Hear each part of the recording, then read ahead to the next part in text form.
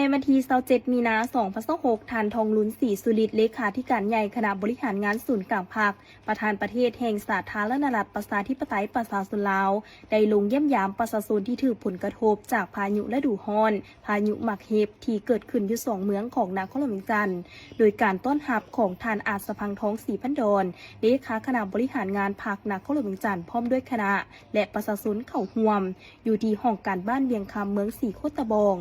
ได้รับฟังการรายงานโดยย่อสภาพผลกระทบการแก้ไขการช่วยเหลือขอสะดวกขอยุ่งยากจากทานศิริราชทงศิลป์ทองเพ็งประธานคณะกรรมการปกครองนครหลวงเวียงจันทน์ซึ่งผู้ที่ได้รับผลกระทบทั้งหมด 6,277 หลังคาเรือนโรงเรียน11แห่งในนี้เมืองศรีโคตบองได้รับความเสียหาย10บ้านจำนวน 5,455 หลังคาโรงเรียน11แห่งวัด2แห่งห้องการบ้าน1หลังสุขศาลาบ้าน1แห่งศูนย์ผลิตยาวัคซีน1แห่งรถใหญ่เปเพ53คันและประชาชนได้รับบาดเจ็บ9คนเมืองนาไซทองมี8บ้านจำนวน822หลังคาเรือนซึ่งหนักที่สุดแม่น1บ้านเวียงคำมีเรือนประชาชนเสียหายจำนวน 1,593 หลังคาเรือน2บ้านจันทร์สว่างมีเรือนประชาชนเสียหายจำนวน 1,669 หลังคาเรือนผ่านการลงกวดกาเก็บกำข้อมูลเห็นว่ามีปัญหายุ่งยากต้องได้สุ่มใส่ในการแก้ไขเป็นต้นแมนปัญหาไฟฟ้าเสาไฟฟ้าและสายไฟได้รับผลกระทบปัญหาน้ำประปามาบ่เพียงพอระบบอินเทอร์เน็ตถูกตัดขาดสถานที่พักเสาบ่เพียงพอขาดแรงงานในการปรับปรุงซ่อมแปลงกระเบื้องสังกะสีขาดตลาดอุปกรณ์เครื่องใช้ในเฮือนเปเพและอื่นๆโดยผ่านการซี้นำอย่างใกล้ชิดของสหายเลขาคณะบริหารงานพรรคนครหลวงเวียงจันทน์แม้ได้มีการแบ่งความรับผิดชอบภายในคณะพรรคและได้มอบหมายให้คณะกรรมการคุ้มครองภัยพิบัติขันนครหลวงเวียงจันทน์และขันเมืองลงแก้ไขและช่วยเหลือพ่อแม่ประชาชนได้จัดสรรขนน้ำสะอาดให้แก่ประชาชนโดยนำไส้รถขนน้ำ5คันสามารถสนองน้ำได้6เที่ยวต่อมือต่อคันได้นำไส้กำลังสาวหนุ่มอาสาสมัครจำนวน130คนลงไปช่วยเก็บเมียนวัสดุสิ่งเศษเหลือสำเร็จหลังคาเรือนและพร้อมซ่อมแปลงหลังคาเรือนสวยประชาชนได้แต่งตั้งทีมแพทย์2ทีมเข้าประจำการเพื่อช่วยเหลือฉุกเฉินให้บริการแก่ประชาชนอยู่2จุดคือห้องการบ้านเวียงคำและบ้านจันทร์สว่างมาฮอดปัจจุบันได้มีบรรดาองค์การปกครองแขวงจาก17แขวงให้การช่วยเหลือเป็นเงินมูลค่ารวมทั้งหมด 1.5 ตื้อกว่ากีบจากนั้นท่านทองลุ้นศรีสุริตยังได้กล่าวแสดงความเป็นห่วงเป็นใยและให้กำลังใจต่อผู้ที่ได้รับผลกระทบพร้อมทั้งย่องยอต่อทุกภาคส่วนที่ได้ให้การช่วยเหลือและเอาใจใส่ปฏิบัติหน้าที่อย่างเต็มกำลังของทุกหน่วยงานเพื่อช่วยเหลือผู้ที่ได้รับผลกระทบดังกล่าวพร้อมเรียกร้องให้ภาคส่วนรับผิดชอบเอาใจใส่ร่วมมือกันนำพาแก้ไขช่วยเหลือผู้ที่ได้รับผลกระทบและความเสียหายต่างๆให้สำเร็จโดยไวในโอกาสลงมาครั้งนี้ท่านทองลุ้นศรีสุริตยังได้ตั้งหน้าให้รัฐบาลมอบเงินช่วยเหลือในการแก้ไขผลกระทบจำนวน3ตื้อกีบโดยตั้งหน้ารับของท่านอาจสะพังทองศรีพันดรพร้อมด้วยคณะพิเศษการลงมาครั้งนี้ยังได้มีนโยบายพิเศษให้ครอบครัวที่ได้รับผลกระทบทั้งหมดโดยบ่ให้เสียค่าไฟฟ้าน้ำประปาเป็นระยะเวลา3เดือนพร้อมทั้งได้มอบเงินให้58ครอบครัวที่ได้รับผลกระทบที่มีความทุกข์ยากขัดเขินอีกด้วย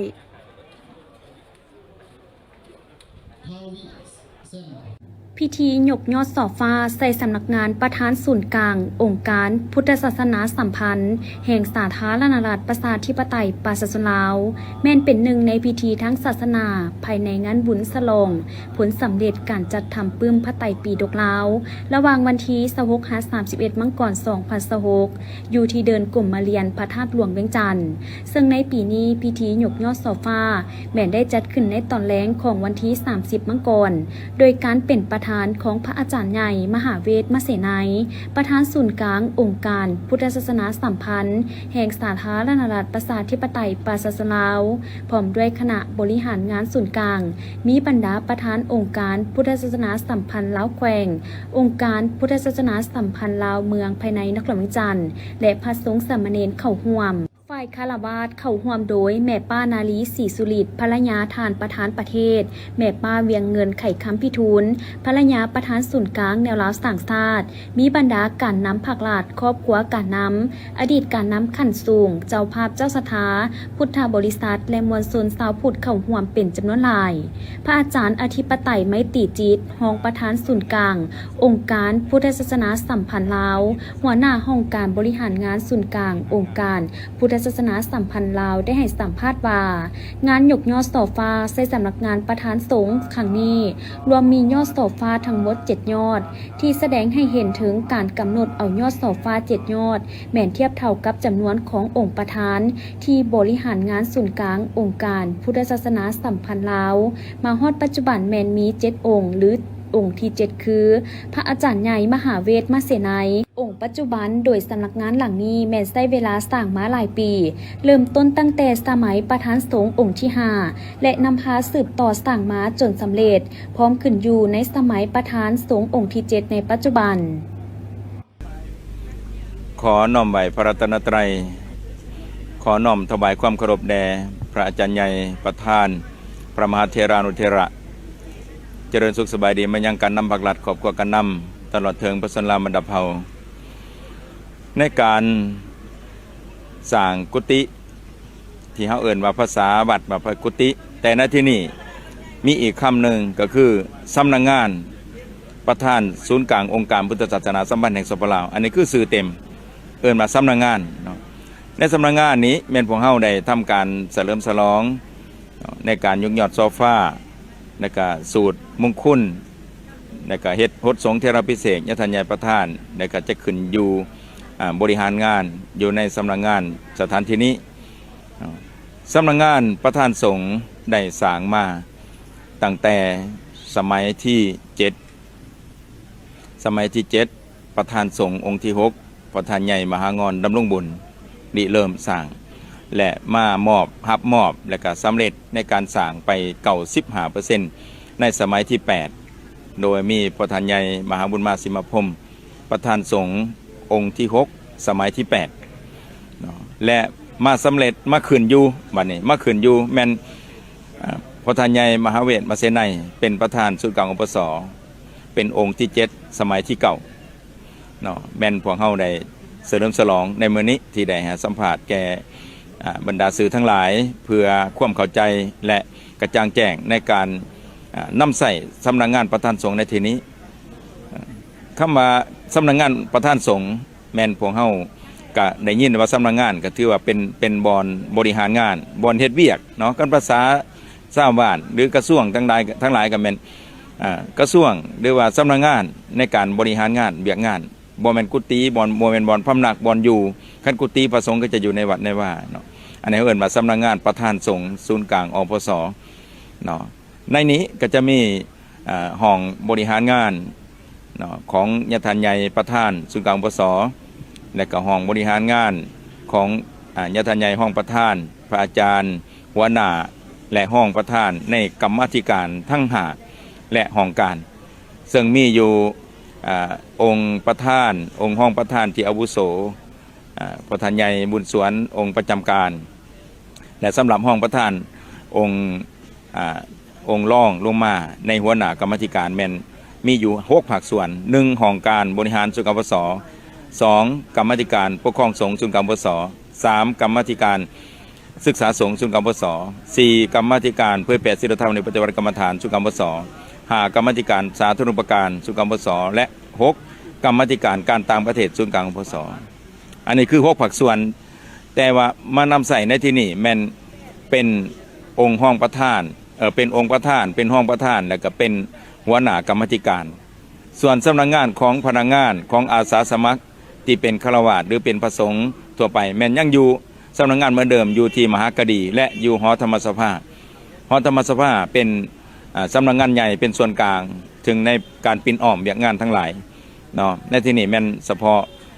องค์ประธานองค์ห้องประธานและก็หัวหน้ากรรมธิการต่างๆที่ได้ขึ้นมาบริหารงานในสถานที่นี้เจ้า ในงานบุญยกยอดเสาฟ้าและฮดสงฆ์พระมหาเถระขณะจัดทำพระไตรปิฎกลาวครั้งนี้แม่นได้มีเจ้าภาพเจ้าสถาจำนวนหลายครอบครัว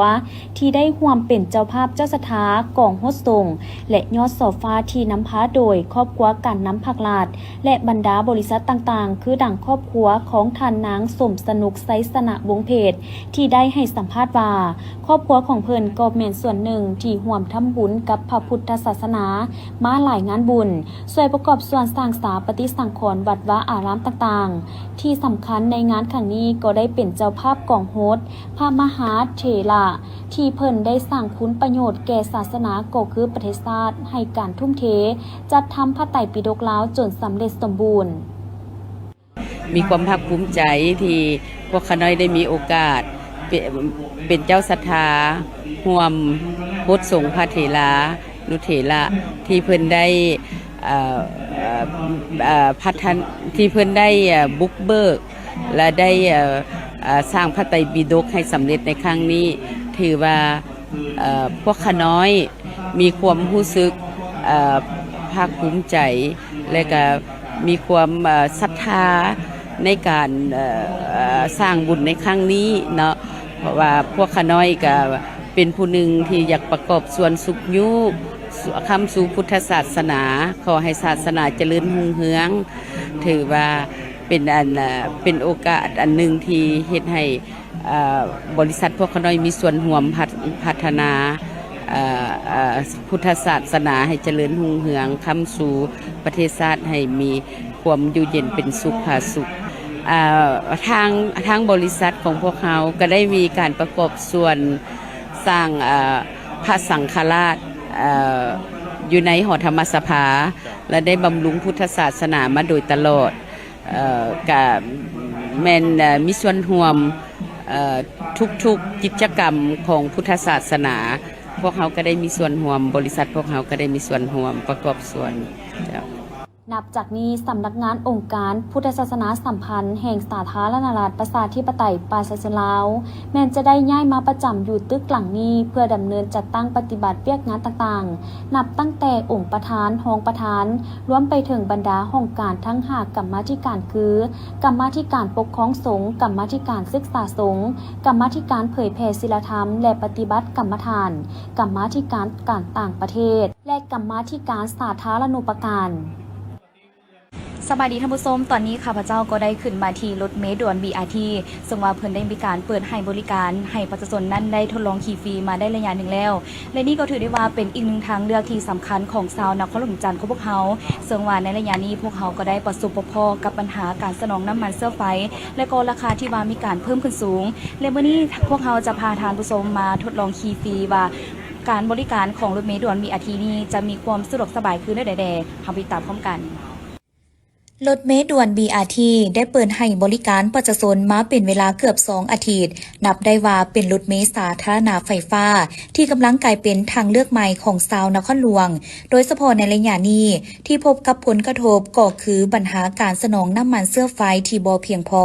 และราคาเพิ่มขึ้นสูงในปัจจุบันซึ่งสอดคล้องกับแนวทางของรัฐบาลที่มีการส่งเสริมให้ประชาชนหันมาสวมใช้รถสาธารณะหลายขึ้นเพื่อเป็นการส่งเสริมการนำใช้ระบบขนส่งสาธารณะและร่วมกันแก้ไขปัญหาการสัญจรที่แออัดในตัวเมือง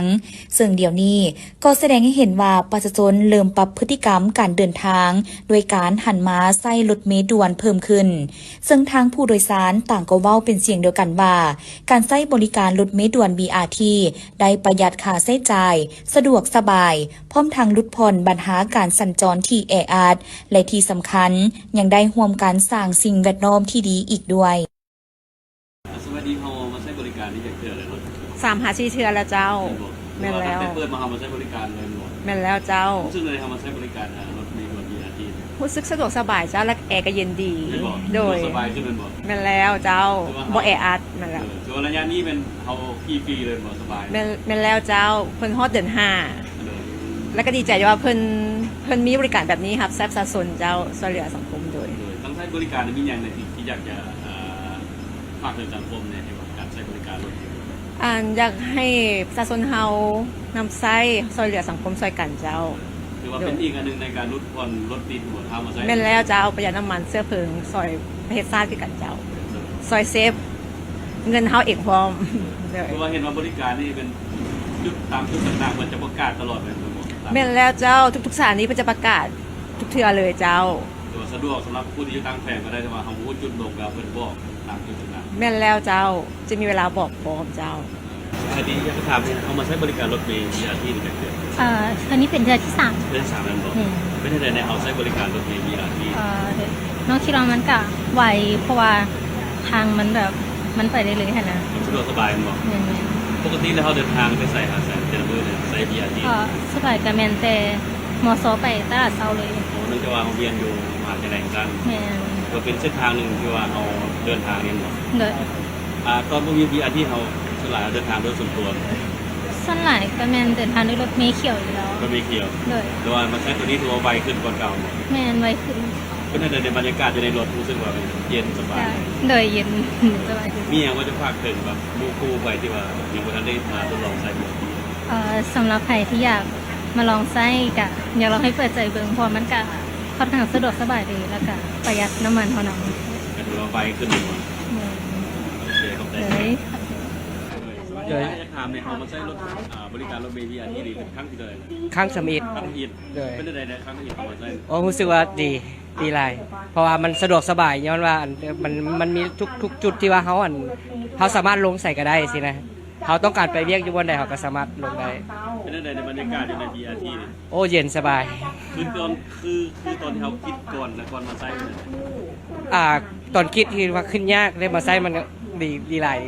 แม เพราะว่าเราไม่ได้ใช้แต่เขาบอกว่ามันเป็นอะไร แมน เวลาเราทดลองเปิดใจแล้วมันจะรู้สึกว่าดีขึ้น แมนรู้สึกว่าดี ไวบอกไวก็ ไว ไวเท่าที่คิดเป็นบอก แมน นี่ยังจะฝากเกินบอกไอเดียที่ว่ายังไม่ได้มาทดลองใช้ อยากฝากถึงกันพ่อแม่ประชาชนของเราเนาะปัจจุบันนี้มันก็คือว่าน้ำมันอะไรเนาะมันอันหาใส่ยากเลยเขาหันที่ว่ามาใช้รถไฟฟ้าแบบนี้นะมันจะดีกว่า เพราะว่ามันก็สะดวกสบายมันไวเฮ็ดให้เขาทันคือว่าเขาไปเวียกไปการเขาก็ทันคิดว่าทันอยู่ ถ้าว่าพูดถึงขั้นว่าเขาใช้ไปเบี้ยก็ได้แต่ว่าตอนบ่ายเวลาเขาไปกินข้าวกินน้ำเราสามารถใช้ได้ แมนใช่ได้เขาอยากสมมติว่าเขาอยู่ดงโดเขาจะไปกินข้าวอยู่ตลาดเช้าก็ได้เขาอยากไปกินข้าวอยู่แถวอย่างกับวิวมออย่างก็ได้ แล้วเขาสามารถกินแล้วเราก็สามารถกลับมาเฮียนได้ ถือว่าเป็นการลดทอนค่าใช้จ่าย แมนเป็นการลดพรค่าใช้จ่ายหลาย โดยเข้าใจให้ เจ้าขอบใจหลาย BRT บ่เพียงแต่ช่วยประหยัดเวลาและค่าใช้จ่ายเท่านั้น แต่ยังเป็นการเดินทางที่สะดวกสบาย ปลอดภัยและทันสมัย ลดผ่อนมลพิษ และปัญหาจราจร สร้างความเป็นระเบียบเรียบร้อยให้กับตัวเมือง ซึ่งเวลาในการเปิดให้บริการแม้นได้เปิดทุกมือ นับแต่วันจันทร์หาวันอาทิตย์ ตั้งแต่เวลา 6:00 หา 22:00 ชั่วโมงเร่งด่วน 6:00 หา 9:00 และ 16:00 หา 18:00 รถจะมาในทุกๆ 6 หา 7 นาที และชั่วโมงปกติรถจะมาทุกๆ 10 หา 15 นาที สำหรับเส้นทางและจุดจอดของเส้นทางดงโดก หาตลาดเศร้า โดยผ่านทั้งหมด 19 สถานีเส้น ดงโดก บ้านพักซีเกม สร้างคู่สะพังเมือก ทาง450 ปี ธนาคารส่งเสริมกสิกรรมภาคข่าว วิวมอโรงเรียน SOS หอพิพิธภัณฑ์ไก่สอนพรหมวิหาร ศูนย์ ICTC พลพะเนาพลเค็ง หอพิพิธภัณฑ์กองทัพพลสะอาด ประตูไซและตลาดเศร้า พิธีจัดขึ้นในวันที่ 10 เมษายน 2026เข้าร่วมโดยท่านไสสนาโคตรภูทรเลขาพรรคแขวงคำมวนพร้อมด้วยภรรยา บรรดาการน้ำของแขวงพนักการพนักงานอาวุโสบำนาญองค์การมหาชนภาคส่วนธุรกิจและแขกทุกเชิญเข้าร่วม ในโอกาสนี้ท่านไสสนาโคตรภูทรได้กล่าวคำเพ็ญพร้อมอวยพรไซอันประเสริฐแด่การนำและอดีตการนำพนักงานทหารตำรวจตลอดฮอดนักธุรกิจ และพ่อแม่ประชาชนทุกสั้นคนในทั่วแขวงให้มีสุขภาพแข็งแรงมีความสุขและประสบผลสำเร็จในทุกหน้าที่เวียกงานการจัดงานในครั้งนี้มีจุดประสงค์เพื่ออนุรักษ์และสืบสานฮิตของประเพณีอันดีงามของชาติลาวพร้อมทั้งเสริมสร้างความสามัคคีในสังคมให้เข้มแข็งยิ่งขึ้นและเฮ็ดให้การเฉลิมฉลองบุญปีใหม่ลาวเต็มไปด้วยความหมายและคุณค่าอันสำคัญในบรรยากาศอันม่วนซื่นและเป็นกันเอง ผู้เข้าร่วมพิธีได้ร่วมกันผูกแขนสู่ขวัญและหดน้ำอวยพรให้แก่กันน้ำและอดีตกันน้ำอย่างอบอุ่นแสดงให้เห็นถึงความหักแพงสามัคคีและความเคารพนับถืออันดีงามของสังคมลาวนอกนี้ในงานยังได้จัดกิจกรรมพิเศษเช่นการประมูลรูปภาพที่แสดงถึงเหตุการณ์สำคัญของแขวงภาพอดีตการนำภาพเหตุการณ์ทางประวัติศาสตร์และภาพสถานที่ท่องเที่ยวชื่อดังของแขวงขมวนรายได้จากการประมูลจะนำไปช่วยเหลือและแก้ไขความทุกข์ยากให้แก่ประชาชนในเขตห่างไกลศอกลีกของแขวงพิธีดังกล่าวนอกจากจะสร้างบรรยากาศแห่งความมนต์ซื่นแล้วยังเป็นการยกระดับคุณค่าประเพณีและสะท้อนให้เห็นถึงจิตใจแห่งการแบ่งปันและความเอื้ออาทรของสังคมลาวอีกด้วยการนำเมืองไซภูทองแขวงสมณเขตนำโดยปริญญาเอกวันแสงแก้วบุญพันธ์เลขาคณะบริหารงานภาคเมืองไซภูทองพร้อมด้วยคณะได้จัดพิธีฉลองส่งท้ายปีเก่าพ.ศ. 2568และต้อนรับปีใหม่พ.ศ. 2569 ขึ้นในวันที่ 9 เมษายน 2026ที่ห้องว่าการปกครองเมืองมีพนักงานลักแหล่งพร้อมด้วยพนักงานบำนาญเข้าร่วม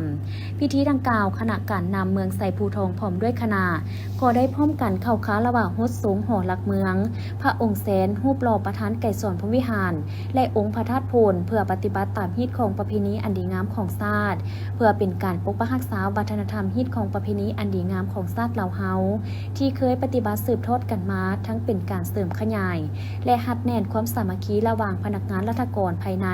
เมืองไซภูทองพร้อมฮดสงเพื่อขอพรพร้อมนั้นก็ยังได้มอบกระตาของขวัญให้คณะการนำของเมืองไซภูทองโอกาสที่สง่าราศีนี้ปริญญาเอกวันแสงแก้วบุญพันธ์ก็ได้อวยพรปีใหม่ในโอกาสต้อนรับปีใหม่ประเพณีลาวพ.ศ. 2569ที่ได้หมุนเวียนมาอีกวาระหนึ่ง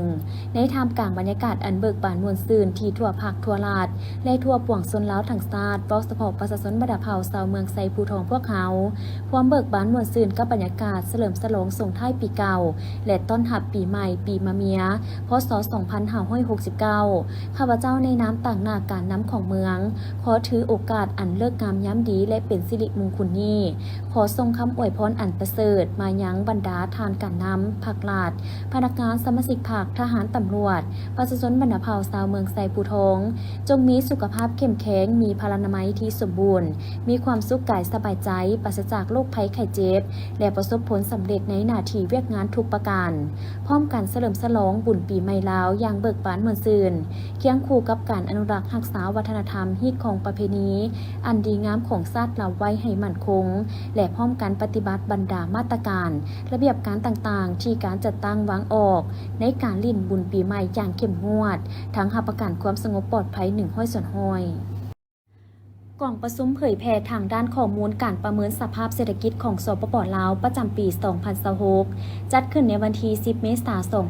2026 โดยการเป็นประธานของท่านนางกาวิตา ไอเยนกาผู้รักษาการหัวหน้าห้องการธนาคารพัฒนาอาซีประจำลาวพร้อมทั้งเสี่ยวสารด้านเศรษฐกิจอาวุโส ADB มีบรรดากระทรวงธนาคารและคู่ร่วมที่เกี่ยวข้องเข้าร่วมท่านนางแซนนี่แคมเบลหัวหน้าห้องการ ADB ประจำลาวได้ให้รู้ว่าสปป.ลาวได้มีความคืบหน้าที่สำคัญในการฟื้นฟูเสถียรภาพทางด้านเศรษฐกิจมหาภาคด้วยการลดอัตราเงินเฟ้อลงเพิ่มการส่งออกและเพิ่มคลังสำรองเงินตราต่างประเทศด้วยความเสี่ยงของโลกที่สูงขึ้นการหันเอาความคืบหน้านี้ไปสู่ผลประโยชน์ที่ยืนยงให้แก่ประชาชนลาวจำเป็นต้องมีการรักษาวินัยทางด้านการเงินอย่างต่อเนื่องเร่งการปฏิรูปรัฐวิสาหกิจโดยเฉพาะแมนแขนงพลังงานและเพิ่มการลงทุนเข้าใส่แขนงการที่มีประสิทธิภาพและทนทานต่อสภาพการเปลี่ยนแปลงดินฟ้าอากาศหลังอัตราเงินเฟ้อลดลงมาอยู่ 7.7% ในปี 2025จากผลการดำเนินด้านนโยบายการเงินและเงินตราที่เข้มงวดอัตราเงินเฟ้อในปี 2026 คาดว่าจะปรับตัวสูงขึ้นหน่อยหนึ่งที่อัตรา 9.8% ซึ่งสะท้อนถึงราคาน้ำมันโลกที่สูงขึ้นต้นทุนการขนส่งและผลกระทบที่อาจส่งต่อไปยังราคาอาหารและสินค้านำเข้าอื่นๆแห่งก กดดันต่อราคาที่เพิ่มขึ้นยังเป็นผลมาจากการปรับปรุงอัตราค่าไฟฟ้าและเงินเดือนของรัฐกรในปี 2026 คาดว่าการผลิตกระแสไฟฟ้ากิจกรรมที่เกี่ยวข้องกับการพัฒนาพื้นฐานโครงสร้างและการบริการจะเป็นตัวสุกโยสำคัญให้แก่การเติบโตแขนงอุตสาหกรรมคาดว่าจะขยายโตโดยได้รับแรงสนับสนุนจากการลงทุนอย่างต่อเนื่องของไฟฟ้าพลังงานน้ำพลังงานหมุนเวียนและการขุดค้นแร่ธาตุโดยคาดคะเนอัตราการเติบโตของแขนงอุตสาหกรรมที่อยู่ 4.6 ส่วนห้อยในปี 2026 โครงการพลังงานไฟฟ้าหลายกว่า 11 โครงการพร้อมอยู่ในระหว่างการพัฒนาซึ่งจะส่งผลดีต่อแขนงการก่อสร้างและการสร้างวิทยางานทำในระยะกลางแขนงบริการจะได้รับแรงสนับสนุนจากการท่องเที่ยวการขนส่งและโลจิสติกส์ซึ่งได้รับผลประโยชน์จากการเชื่อมโยงในภาคพื้นที่เพิ่มขึ้นโดยเฉพาะผ่านเส้นทางรถไฟเชื่อมต่อระหว่างสปป.ลาวและสาธารณรัฐประชาชนจีนอย่างใดก็ตามจำนวนนักท่องเที่ยวต่างประเทศปัจจุบันเกือบอยู่ในระดับก่อนการระบาดของพยาธิโควิด -19 และคาดว่าจะบรรลุถึงแม้นว่าได้มีความพยายามสืบต่อสร้างเสถียรภาพทางด้านเศรษฐกิจมหาภาคอย่างต่อเนื่องแต่ความเสี่ยงทางด้านลบต่อการคาดคะเนก็ยังมีอยู่ความเสี่ยงด้านการเงินยังจะเพิ่มขึ้นตื่มเนื่องจากหนี้สินที่อาจจะเกิดจากบรรดารัฐวิสาหกิจโดยเฉพาะแขนงพลังงานซึ่งอัตราค่าไฟฟ้าต่ำกว่าต้นทุนและความเสี่ยงจากอัตราแลกเปลี่ยนจะจำกัดงบประมาณรายจ่ายเข้าในแขนงสังคมและการลงทุนของรัฐเนื่องในโอกาสส่งท้ายปีเก่าพศ 2568 และต้อนรับปีใหม่พศ 2569 ซึ่งปีนี้กงกับวันที่ 14-16 เมษายน 2026 ที่จะได้มีการเฉลิมฉลองกันอย่างยิ่งใหญ่ในทั่วประเทศซึ่งเนื่องในโอกาสก่อนปีใหม่และวันปีใหม่ลาวของทุกๆปีบรรดาการนำภาครัฐทหารตำรวจองค์กรทั้งสังคมตลอดฮอดถึงพ่อแม่ประชาชนบรรดาเผ่าจะได้ให้การอวยพรซึ่งกันและกันคือดังมูลนิธิสุดาพรเพื่อช่วยเหลือสังคมตั้งหน้าโดยท่านนางสุดาพรวังหานประธานมูลนิธิก็ได้ถือโอกาสสำคัญนี้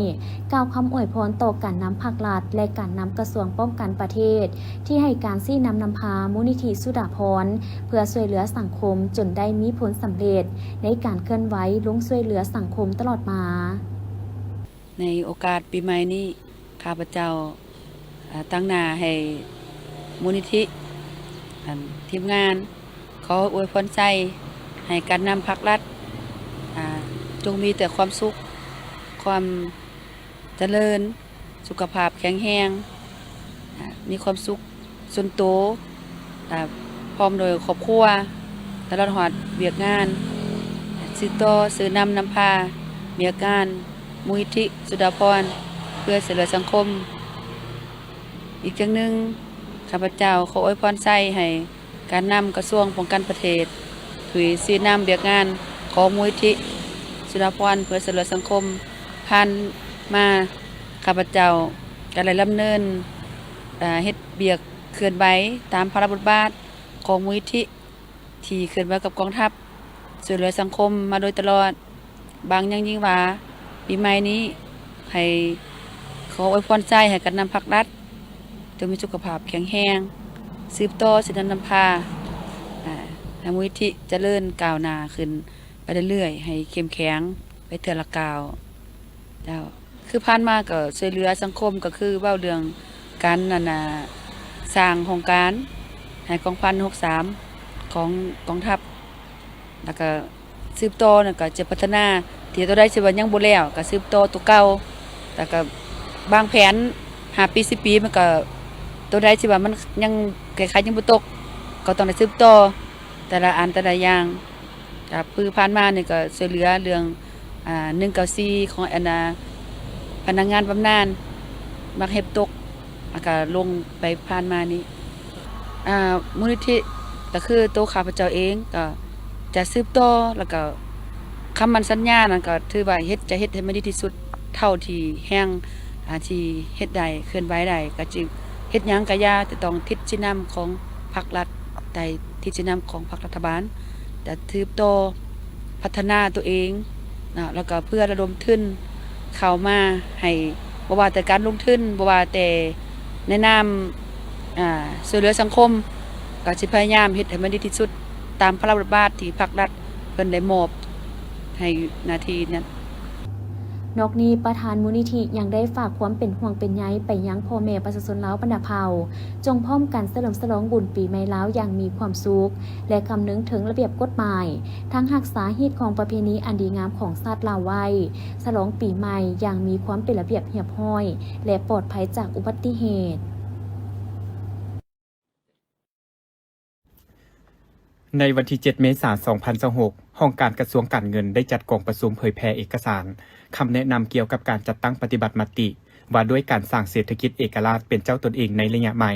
ของแขนงการเงินโดยการเป็นประธานของทานสมจิตคำมงคลหัวหน้าห้องการกระทรวงการเงินมีคณะกลุ่มเกี่ยวข้องอ้อมข้างกระทรวงแผนกการเงินนครหลวงเวียงจันทร์แผนกการเงินแขวงในขอบเขตตัวประเทศ3สายตั้งพร้อมด้วยหัวหน้าแขนงและแขกรับเชิญเข้าร่วมกองประชุมเผยแพร่คำแนะนำฉบับเลขที่4941/กงลงวันที่30 ธันวาคม 2025ครั้งนี้เพื่อสร้างความรับรู้และเข้าใจให้พนักงานรัฐกรในแขนงการเงินกำได้เนื้อในจิตใจเกี่ยวกับการสร้างพื้นฐานเศรษฐกิจที่เข้มแข็งลดพรการเพิงพาจากภายนอกและเพิ่มทวีการคุ้มตนเองทางด้านงบประมาณเป็นบอนอิงในการจัดตั้งปฏิบัติผันขยายเนื้อในคำแนะนำ4941/กงเข้าสู่แผนเวียกจุดซูมของแต่ละกลุ่มกองโดยเฉพาะแมนการขุดค้นลายหับบ่มซ้อนการคุ้มครองรายจ่ายอย่างประหยัดมัธยัติและการหันเป็นทันสมัยและการสร้างความเป็นเอกภาพเสริมขยายความรับผิดชอบและความเป็นเจ้าของพนักงานรัฐกรแขนงการเงินเพื่อผ่านพาความยุ่งยากทางด้านเศรษฐกิจการเงินที่พวกเขาพวงประเสริญอยู่โอกาสนี้ทานสมจิตคำมงคลได้มีความเห็นว่าเพื่อจัดตั้งปฏิบัติมติของกรมการเมืองศูนย์กลางภาคว่าด้วยการสร้างเศรษฐกิจเอกราชเป็นเจ้าตนเองในระยะใหม่ทั้งเป็นการสืบต่อพันขยายทิศทางการสร้างเศรษฐกิจตลาดตามทิศสังคมนิยมในเงื่อนไขจุดพิเศษท่าแห้งบ่มซ้อนของสปป.ลาวพัฒนาเศรษฐกิจเป็นเจ้าตนเองเพิ่งตนเองสร้างความเข้มแข็งด้วยตนเองแนใส่หับประกันการแก้ไขความยุ่งยากทางด้านเศรษฐกิจการเงินทั้งในระยะสั้นและระยะยาวการสร้างเศรษฐกิจเอกราชเป็นเจ้าตนเองหรือสอจ.แม่นสร้างความเข้มแข็ง6ด้านของสปป.ลาวเฮาสำหรับแขนงการเงินพวกเฮาแม่นด้านหน้าที่สำคัญที่สุดถ้าการเงินบ่เข้มแข็งงบประมาณบ่คุ้มตนเองจะสร้างเศรษฐกิจเอกราชก็เป็นไปได้ยากพร้อมนี้กองประชุมยังได้รับฟังการประกอบคำคิดคำเห็นจากบรรดาผู้ต่างหน้าจากแผนกการเงินบรรดาแขวงนครหลวงเวียงจันทร์และแขนง3สายตั้งในตอนค่ำของวันที่ 8 เมษายน 2026 สถานเอกอัครราชทูตแห่งสปป.ลาวประจำสส.เวียดนามได้จัดงานส่งท้ายปีเก่าและต้อนรับปีใหม่ลาวที่นครหลวงฮานอยโอกาสนี้ท่านนางคำเภาเอิญทวันเอกอัครราชทูตลาวประจำเวียดนามได้กล่าวคำเห็นต่างตอนว่าปีใหม่ลาวปีนี้แม่นจัดขึ้นในระหว่างวันที่ 14-15 เมษายนซึ่งเป็นบุญประเพณีที่สืบทอดกันมาแต่โบราณกาลติดพันกับวิถีชีวิตและฮิตของประเพณีอันดีงามของลาวงานบุญปีใหม่ลาวก็มีความหมายความสำคัญคือกับงานบุญปีใหม่เวียดนามถือเป็นปางบุญใหญ่ประจำชาติทั้งเป็นโอกาสให้สมาชิกครอบครัวได้เต้าโฮมกันอย่างมีความสุขเพื่ออวยพรสิ่งดีๆให้กันและกันเป็นการอนุรักษ์รักษาฮิตของประเพณีวัฒนธรรมอันดีงามของชาติไว้ให้คงอยู่ตลอดไปปี 2026 เป็นปีที่มีความหมายสำคัญของ2ประเทศลาวและเวียดนามเป็นปีที่2ประเทศได้มีความเอกอัคทะนงใจต่อผลสำเร็จอันจบงามยิ่งใหญ่ของกองประชุมใหญ่ผู้แทนทั่วประเทศครั้งที่12ของพรรคประชาชนปฏิวัติลาวและกองประชุมใหญ่ผู้แทนทั่วประเทศครั้งที่14ของพรรคกอมมิวนิสต์เวียดนาม2ประเทศได้สุ่มใส่การจัดตั้งปฏิบัติมติกองประชุมใหญ่ของตนให้ประสบผลสำเร็จตามเป้าหมายที่วางไว้ในโอกาสปีใหม่ลาวท่านทูตได้อวยพรปีใหม่ให้บรรดาสหายการน้ำภาคลาดเวียดนามและแขกที่เข้าร่วมจงมีสุขภาพแข็งแรงมีพลานามัยที่สมบูรณ์มีผลสำเร็จอันใหม่ในหน้าที่ราชการมีความผาสุกในชีวิตส่วนตัวและครอบครัวทุกประการตลอดปีใหม่นอกจากนี้ในวันที่ 7 เมษายน 2026 ที่สำนักงานสถานเอกอัครราชทูตลาวในนครหลวงฮานอยได้สืบต่อต้อนรับการเข้าเยี่ยมอวยพรเนื่องในโอกาสปีใหม่ลาวจศ 1388 จากคณะผู้แทนบรรดากระทรวง องค์การจัดตั้งมหาชนสถานการศึกษาของเวียดนามและนักศึกษาลาวที่กำลังศึกษาหำเฮียนอยู่ประเทศเวียดนามโดยการให้เกียรติต้อนรับของท่านนางคำเภาเอิ่นทวันเอกอัครราชทูตวิสามัญผู้มีอำนาจเต็มแห่งสปป.ลาวประจำสส.เวียดนามพร้อมด้วยคณะนำสถานทูตลาวการเข้าอวยพรปีใหม่ประจำชาติของลาวมีคือกระทรวงป้องกันประเทศแห่งสส.เวียดนามคณะโฆษณาศึกษาและคนขวยศูนย์กลางกระทรวงวัฒนธรรมกีฬาและท่องเที่ยวสำนักงานข่าวสารเวียดนามห้องว่าการศูนย์กลางภาคคอมมิวนิสต์เวียดนามศูนย์กลางสหพันธ์แม่หญิงเวียดนามสหพันธ์ปันดาการจัดตั้งมิตรภาพฮานอยสมาคมสหพันธ์สาวหนุ่มเวียดนามนอกนั้นยังมีกระทรวงศึกษาและก่อสร้างกระทรวงยุติธรรม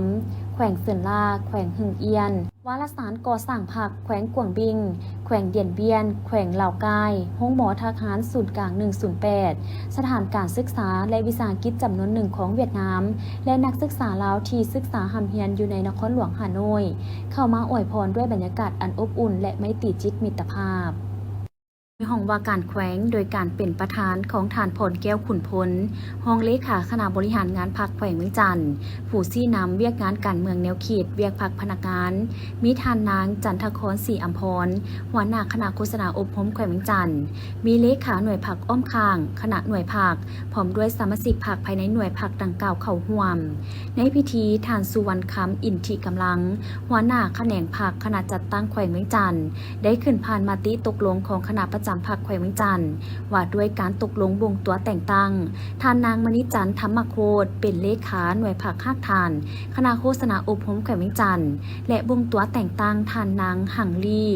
แก้ววิไลซักเป็นรองเลขาหน่วยพรรคหักฐานคณะโฆษณาอบรมแขวงเวียงจันทร์ให้เกียรติมอบมติตกลงให้ทั้งสองทานดังกล่าวโดยแม่นทานพรแก้วขุนพลพร้อมทั้งมีคำเห็นโอ้ล้มให้คณะหน่วยพรรคหักฐานคณะโฆษณาอบรมแขวง